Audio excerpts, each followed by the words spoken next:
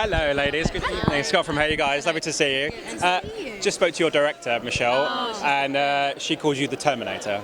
The Terminator? Oh, yeah. Yeah. Really? She referred to you as Dockery, so I said to her, yes, Dockers. yeah, Dockery. So Dockers is my nickname. you're the Terminator apparently because of the reams of words and things you had to do in the courtroom scenes. Oh yeah, I remember now. What's your reaction to her calling you something like that? I kind of get it, actually. Yeah, it was sort of almost kind of robotic in a way, all of those lines, and you know, it was a lot to learn. And I have so much respect for prosecutors out there and anyone who practices law, because it's an incredible amount of, you know, brain power to sort of, you know, keep those, you know, for me, just those lines in my head and those different directions that you go when you're, you know, cross-examining someone.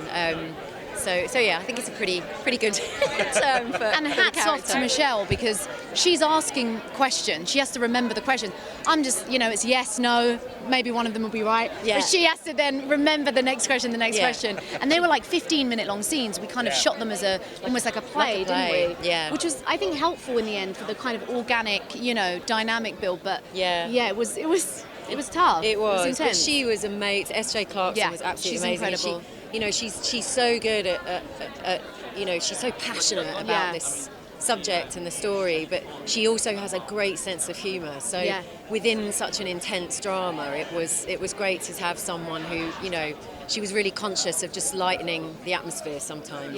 Yeah. Your character's going through the ringer, obviously on the stand. Did you feel like you were actually being cross-examined? Because there's a lot that character is going through and has to talk about, which is quite personal and quite raw in many ways. No, definitely. I mean, just the set itself actually is very imposing. It was very nerve-wracking, but I think, you know, ultimately I'm just an actor, you know, walking. None of it's actually real.